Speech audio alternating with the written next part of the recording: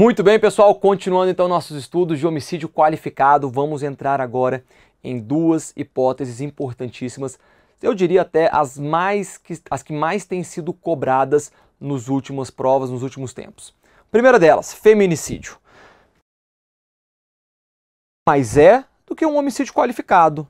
Logo, se o homicídio é cometido contra a mulher por razões da condição de sexo feminino, eu vou ter um homicídio qualificado, pena de reclusão de 12 a 30 anos. Muita atenção. Feminicídio é diferente de femicídio. Tá? O que vai ser o femicídio? Femicídio é um homicídio em que uma mulher seja vítima. Tá? Qualquer homicídio em que uma mulher venha a ser vítima será um femicídio. Duas vizinhas brigam entre si. Uma mata a outra. Femicídio. Um concorrente quer matar uma empresária que é sua concorrente, tá? Então um empresário quer matar uma empresária que é concorrente. Ele vai e a mata porque eles estão concorrendo nos negócios. Não porque ela é mulher. Se fosse um homem, ele mataria do mesmo jeito também. Não será necessariamente um feminicídio. Já o feminicídio, para que a gente tenha o feminicídio, é necessário que seja um homicídio contra a mulher, só que qual que é o detalhe? Por razões da sua condição do sexo feminino. Então a gente vai ter a ideia da mulher, a ideia do sexo feminino, do sexo biológico feminino. Uma pessoa que pode ser uma mulher, pode ser um homem, pode ser qualquer pessoa. O sujeito ativo, o autor do feminicídio, pode ser homem ou mulher, não interessa quem seja. Mas a vítima necessariamente tem que ser uma mulher. Então, se a gente fosse botar isso num gráfico, você bota aqui assim, olha. O femicídio é sempre que uma mulher for vítima de homicídio, e já o feminicídio está dentro. Tá bom? Está dentro, são hipóteses menos amplas. Todo feminicídio será, sim, um femicídio, mas nem todo femicídio será um feminicídio, porque para que seja um feminicídio, é necessário que seja um homicídio praticado contra a mulher por razões da condição de sexo feminino, tá? E aí já vem uma discussão muito ampla em relação a esse dispositivo sexo feminino. E a pergunta é, um travesti, ele pode ser vítima de feminicídio? Um transgênero, um transexual, um travesti, tá bom? São todos conceitos distintos. Eles podem ser vítimas de feminicídio? Pessoal, há alguma polêmica em relação a isso, tá bom? Há, inclusive, alguns julgados esparsos que já entenderam dessa maneira. Mas o entendimento mais seguro ainda, tá bom? Ainda o entendimento mais seguro é de que o feminicídio não se aplica a transgêneros, transexuais e a travestis, tá bom? Esse é o entendimento mais seguro. A gente ainda não tem um posicionamento do STJ, do STF, dizendo que o feminicídio poderia ser aplicado a essas pessoas nessas condições, transgênero, transexual, travesti, tá bom? Então o entendimento mais seguro é dizer que não se aplica a essas pessoas. Vai se aplicar somente às mulheres sexualmente nascidas dessa forma, tá bom? Pessoas ali biologicamente consideradas mulheres do sexo feminino. E é por isso até, nem é correto dizer mulher, mas sexo feminino. É exatamente por isso que veio o legislador, na época que editou o feminicídio, e fez questão de colocar esta determinação aqui, olha, por razões da condição de sexo feminino, que de fato é um sexo fisiologicamente mais fraco do que o homem, tá? E não estou nem entrando aqui em questões sociais, mesmo em questões físicas, é um sexo mais frágil. E é por isso que é considerado uma minoria, é considerada uma pessoa que necessita de uma proteção maior pela lei. Beleza, pessoal? Então, esse é o entendimento mais seguro no que tange ao sujeito passivo. O sujeito passivo desse crime, sexo feminino. Sujeito ativo, o autor desse crime, pode ser qualquer pessoa, não importa quem seja. Homem, mulher, travesti, transgênero, não importa quem seja. Qualquer pessoa, qualquer ser humano maior de 18 anos de idade pode ser sujeito ativo, pode ser autor de feminicídio. Muito bem. A parágrafo 2º-A vai dizer pra gente o seguinte: o que é considerado essa condição de sexo feminino? Porque ainda fica muito amplo, ainda que a gente fale assim, por condição do sexo feminino, tá, mas o que é isso? E aí vem o parágrafo 2º-A do artigo 121 e esclarece. E deixa claro, olha, será considerado um homicídio praticado em razão da condição do sexo feminino em duas hipóteses. Olha aqui. Considera-se que há razões de condição de sexo feminino quando o crime envolve, primeiro, lógico que contra a mulher, ou menosprezo ou discriminação à condição de mulher. O que eu quero chamar a sua atenção é que a violência doméstica e familiar contra a mulher, ela vai se aplicar naquelas hipóteses da Lei Maria da Penha, tá bom? Eventualmente, quando você estiver estudando, poxa, mas na minha prova não cai a Lei Maria da Penha. Mesmo assim, para estudar o feminicídio é importante trazer alguns conceitos da Lei Maria da Penha, a Lei 11.340. Porque na Lei 11.340 é que a gente vai ter o conceito, ou melhor, as situações que vão se adequar à violência doméstica e familiar contra a mulher. Tá bom? Então olha aqui, só para a gente pegar, no artigo 5º da Lei Maria da Penha, o que vai ser considerado violência doméstica e familiar. Âmbito da unidade doméstica, se o crime é praticado no âmbito da unidade doméstica, que é o convívio permanente de pessoas, no âmbito da família, laços naturais de afinidade ou por vontade expressa, e em relação íntima de afeto, que tenha convívio independentemente de coabitação, tá? Então você pega aí um casal de namorados que nunca moraram juntos, o simples fato deles serem namorados, eles estão numa relação íntima de afeto. Logo, se eles são namorados, aquele homem ele pode ser autor de feminicídio caso ele venha matar a sua namorada. E num casal homossexual, uma mulher que mata a sua namorada, eu tenho feminicídio? Claro que sim, já falei, vou repetir. O sujeito ativo não importa quem seja. Pode ser homem ou mulher, não interessa, tá bom? Desde que seja, obviamente, uma pessoa humana.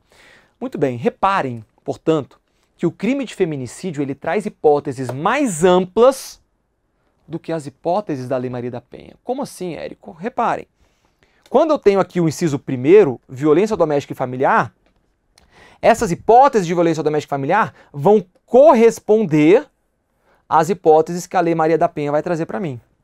Já na segunda hipótese do menosprezo ou discriminação à condição de mulher, é uma hipótese a mais em que a gente vai ter o feminicídio. Imagina agora que o agente é um serial killer e que ele não gosta de mulheres. Sei lá, tem um trauma com mulheres. Não gosta das mulheres. Não interessa. Ele vê uma mulher, dá tremelique, ele quer matar. E ele começa então a matar diversas mulheres. Por quê? Simplesmente pelo fato delas serem mulheres. Porque ele menospreza, ele discrimina essa condição de mulher. E aí será também uma hipótese de feminicídio. Então, lembre-se disso. As hipóteses de feminicídio, elas serão mais amplas do que as hipóteses de incidência da Lei Maria da Penha. Beleza, galera? Muito bem. E grave esse artigo, esse parágrafo 2º-A, porque você tem que saber exatamente quais são as razões aí que vão ser consideradas essa condição de sexo feminino. Muito bem. Parágrafo 7º. Esse parágrafo 7º ele tem uma relevância muito grande e ele se tornou ainda mais importante porque a gente teve a Lei 13.771 que fez algumas alterações e incluiu algumas hipóteses de causa de aumento de pena em relação ao feminicídio, tá? Então, dentro do artigo 121, parágrafo 7º, a gente vai ter o seguinte, a pena do feminicídio. Primeiro ponto que eu quero lembrar a vocês, o parágrafo 7º, ele vai trazer causas de aumento de pena. Essas causas de aumento de pena, elas vão se aplicar somente ao feminicídio. Somente à qualificadora do inciso 6º, a qualificadora do feminicídio. Essas causas de aumento de pena não se aplicam às demais hipóteses de homicídio do artigo 121, tá bom? Qual que é essa causa de aumento de pena? A pena do feminicídio é aumentada de 1/3 até a metade, se o crime for praticado. Então, de 1/3 até a metade, tá bom? Para ficar claro. Se o crime for praticado, e aí a gente tem então as seguintes situações. Durante a gestação, então se for praticado durante a gestação, não interessa 9 meses, 10 meses, não nasceu ainda. Se a mulher estiver grávida, e ela vier a ser vítima de feminicídio, ou mesmo uma tentativa de feminicídio, a gente vai ter esse aumento de pena. Ou nos 3 meses posteriores ao parto, tá bom? Então, só nesse inciso primeiro a gente já tem 2 hipóteses de aumento de pena. Mulher teve o parto. Nos 3 meses seguintes, se ela vier a sofrer um feminicídio, o agente será imposto a ele esse aumento de pena, tá bom? Inciso segundo, contra pessoa menor de 14 anos, maior de 60 anos, com deficiência ou portadora de doenças degenerativas que acarretem condição limitante ou de vulnerabilidade física ou mental. Por que está em negrito? O que eu trouxe em negrito aqui nesse slide é exatamente o que foi atualizado ou incluído pela Lei 13.771. Tá bom, pessoal? Então, olha aqui, ó, tá em negrito, Lei 13.771. Aqui embaixo também, Lei 13.771. Então, aquilo que está em negrito é o que foi atualizado ou alterado pela Lei 13.771. Professor, eu preciso lembrar dessa lei? Não, você não precisa lembrar do número dela, não. Eu preciso que você lembre do que ela traz pra gente, tá bom? Esse parágrafo 7º aqui, ele tem sido cobrado, ele é importantíssimo. Professor, mas são muitas hipóteses de aumento de pena. Galera, cai na sua prova, tá bom? Essas hipóteses caem e estão sendo cobradas. Então faça o esforço necessário para que você lembre dessas hipóteses, beleza? Olha o inciso terceiro. Na presença física ou virtual de descendente ou de ascendente da vítima. Antes da edição da Lei 3.771, o inciso terceiro ele simplesmente falava na presença de descendente ou de ascendente da vítima. E aí a gente teve uma alteração. A doutrina até já entendia que essa presença física ou virtual, mas a lei quis deixar clara que, olha, se eu tenho um homicídio que é praticado na presença física ou virtual de um ascendente ou descendente, a gente tem um aumento de pena. Imagina que marido e mulher estão brigando e o filhinho assistindo tudo e de repente o pai mata a sua mãe. Feminicídio. E mais do que um feminicídio, vai ser um feminicídio com a presença do descendente daquela mulher que foi morta. Outra hipótese. Mulher, a namorada, está conversando com seus pais via Skype, tá bom? Estão lá na internet conversando, batendo papo. De repente chega um namorado, acha que ela lhe traiu, tá com aquela dor de corno, chega nela e enquanto ela está conversando com seus pais pelo Skype, vem esse namorado e desfere uma facada nessa vítima e ela vem a morrer. Reparem que este feminicídio ocorreu na presença virtual dos pais da vítima. Incide o aumento de pena. Muita, mas muita atenção ao inciso 4º, porque o inciso 4º ele não existia, ele foi totalmente inovado aí pela Lei 13.771. Olha o que diz no inciso 4º, se o feminicídio for praticado em descumprimento das medidas protetivas de urgência previstas no inciso 1, 2 e 3 do caput do artigo 22 da Lei 11.340. O que são essas medidas protetivas de urgência? Crime de violência doméstica ou familiar contra a mulher, uma situação de Lei Maria da Penha, ela procura a polícia e solicita medidas protetivas de urgência. Se o juiz decretar essas medidas protetivas de urgência, e obviamente o autor ele tem que ser notificado, ele tem que ser intimado no sentido de que aquelas medidas protetivas estão em curso, ele pode ser proibido, por exemplo, de se aproximar a uma determinada distância da vítima. Pode ser determinado que ele se afaste do lar, que ele saia imediatamente da casa. Então nós temos algumas medidas protetivas de urgência que são descritas na Lei Maria da Penha. Muito bem. Vamos supor que a vítima, a mulher, ela sofreu uma lesão corporal do seu marido. O que ela faz? Procura a polícia. Olha, ontem meu marido me agrediu. Vai ser registrada uma ocorrência e ela vai e solicita. Olha, eu solicito medidas protetivas porque eu quero que meu marido seja afastado definitivamente do lar. Muito bem. O oficial de justiça, o juiz decreta as medidas protetivas, o oficial de justiça vai até o marido e fala, olha, marido, sai da casa agora, tá bom? O juiz mandou você sair. O cara sai na frente do oficial de justiça, né? Ele vai embora. Começa a bater aquela raiva, aquele ódio na cabeça dele, fui afastado do lar indevidamente, sabe o que eu vou fazer? Eu vou matar a minha esposa.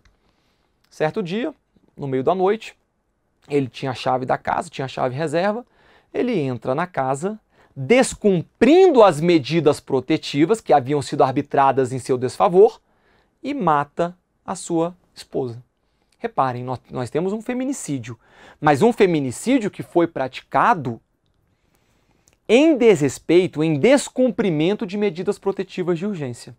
E aí a gente vai ter essa causa de pena. Cuidado, tá? Porque na Lei Maria da Penha nós temos um crime, que é o crime do artigo 24A, que é o crime de descumprimento de medidas protetivas. Se o agente, se o autor, ele simplesmente descumpre as medidas protetivas, será imposto a ele o crime do artigo 24A do Código Penal. Todavia, se ele descumpre as medidas protetivas, a vítima, ele não vai responder pelo artigo 24A não, tá? Ele responde pelo feminicídio e aí vai ter essa causa de aumento de pena. Obviamente, eu não poderia incidir essa causa de aumento de pena, bem como o crime do artigo 24A lá da Lei Maria da Penha, porque seria bis in idem, né, pessoal?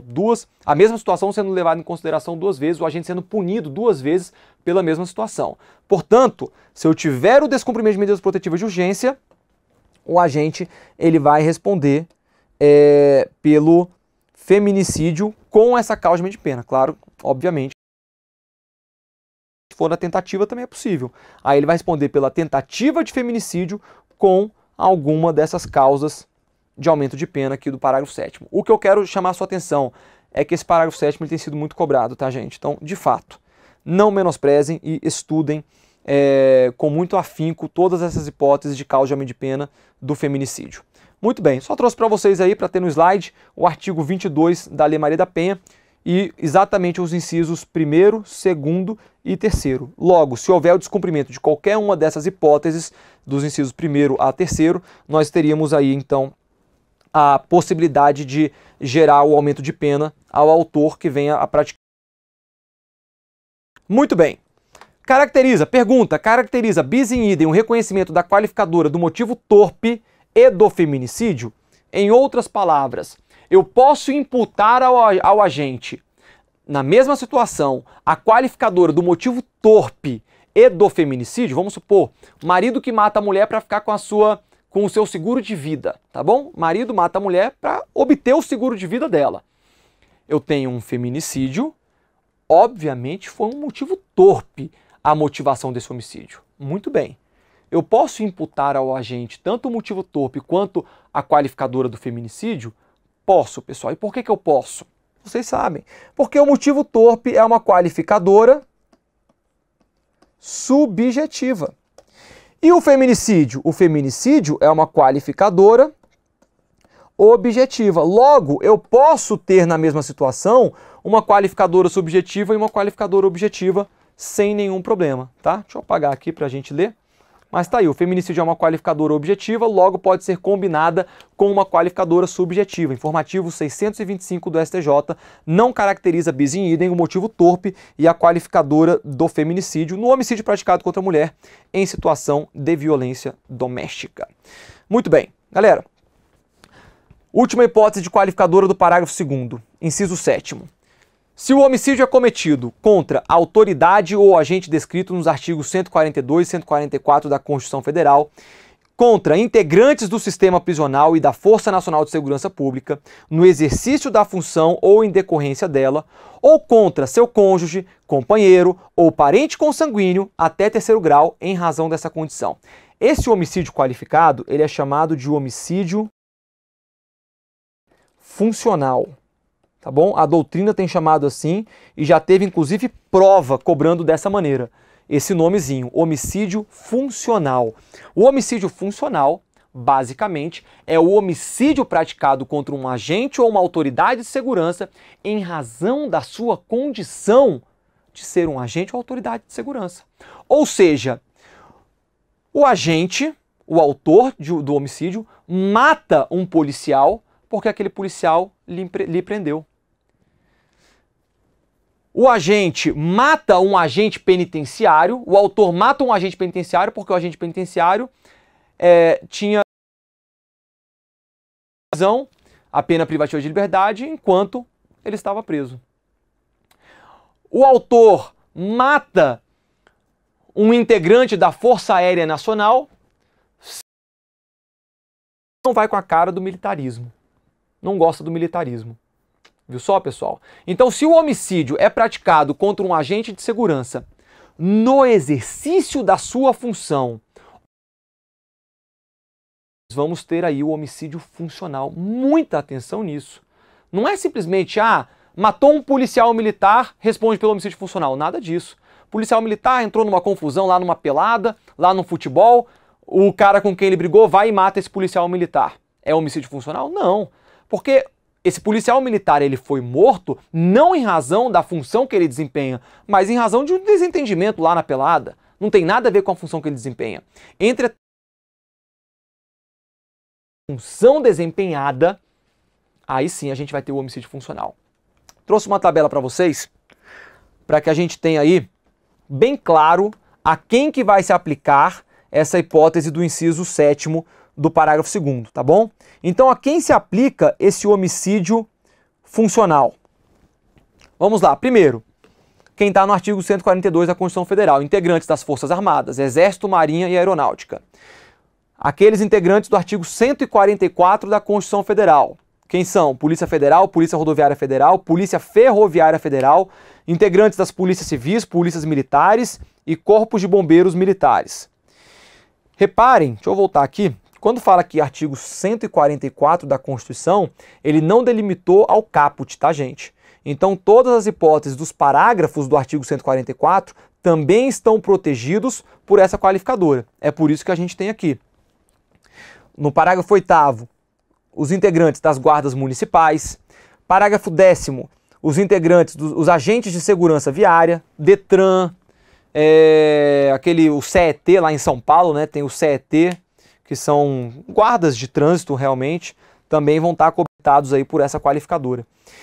Integrantes do sistema prisional, agentes penitenciários, carcereiros, técnicos penitenciários e integrantes da Força Nacional de Segurança, tá? Então, se um homicídio é praticado contra um desses agentes ou autoridades em razão da função que eles desempenham, por um homicídio qualificado. Beleza, galera? Muita atenção. A quem que não vai se aplicar? Não vai se aplicar às polícias legislativas do Senado, da Câmara dos Deputados e dos Estados. Então, se alguém mata um policial legislativo do Senado em razão das funções que ele desempenha, será um homicídio. Pode ser até qualificado em razão de outra qualificadora, mas não em razão aqui do parágrafo do inciso 7º. Não se aplica também aos membros do Judiciário e seus servidores, membros do Ministério Público e seus servidores. E atenção a esta última situação. Não se aplica a ex-autoridades ou ex-agentes descritos no inciso 7º que não ostentam mais essa condição, ainda que o crime tenha ocorrido em decorrência dela. Por exemplo, servidor aposentado, exonerado ou demitido. Então, aquele senhor de 70 anos de idade, que a vida inteira foi um policial exímio, prendeu gente até não poder mais. Certo dia está andando na rua, vem um cara e fala, olha, aquele senhorzinho foi quem me prendeu e eu fiquei preso 20 anos por causa dele. Vai esse agente e mata o velhinho, porque ele tinha sido policial e tinha lhe prendido. Infelizmente, a lei falhou nesse ponto, tá bom? E excluiu os aposentados, ex-integrantes, exonerados desse rol. Logo, esse homicídio contra o velhinho não seria aí um homicídio qualificado. Beleza, pessoal? Muita atenção. Deixa eu botar aqui de novo aqui na lei. Olha só. Atenção, porque esse homicídio qualificado ele vai proteger não somente os integrantes os agentes ou autoridades de segurança, mas também se houver um homicídio contra seu cônjuge, companheiro ou parente consanguíneo até 3º grau em razão dessa condição. Então, se eu, delegado de polícia, alguém mata o meu filho exatamente porque eu sou delegado de polícia, homicídio funcional. Reparem, ele não está matando o integrante, mas a lei ela ampliou o rol. Então, se eventualmente o agente vier a matar, praticar homicídio contra um familiar consanguíneo até 3º grau, muita atenção nesse detalhe, tá, gente? Então, olha, cônjuge, companheiro ou parente consanguíneo até terceiro grau. Logo, vamos supor que eu estou aqui, tá bom? Eu sou um agente de autoridade de segurança. Eu tenho o meu pai, tenho o meu avô, tenho o meu tio, tá? Vou botar aqui, ó, tio, e vou botar aqui o primo. Vamos lembrar um pouco aqui de direito civil? Olha só. Meu pai, familiar de primeiro grau. Meu avô, familiar de segundo grau. Parente consanguíneo de segundo grau. Meu tio, parente consanguíneo de terceiro grau. Meu primo, parente consanguíneo de quarto grau.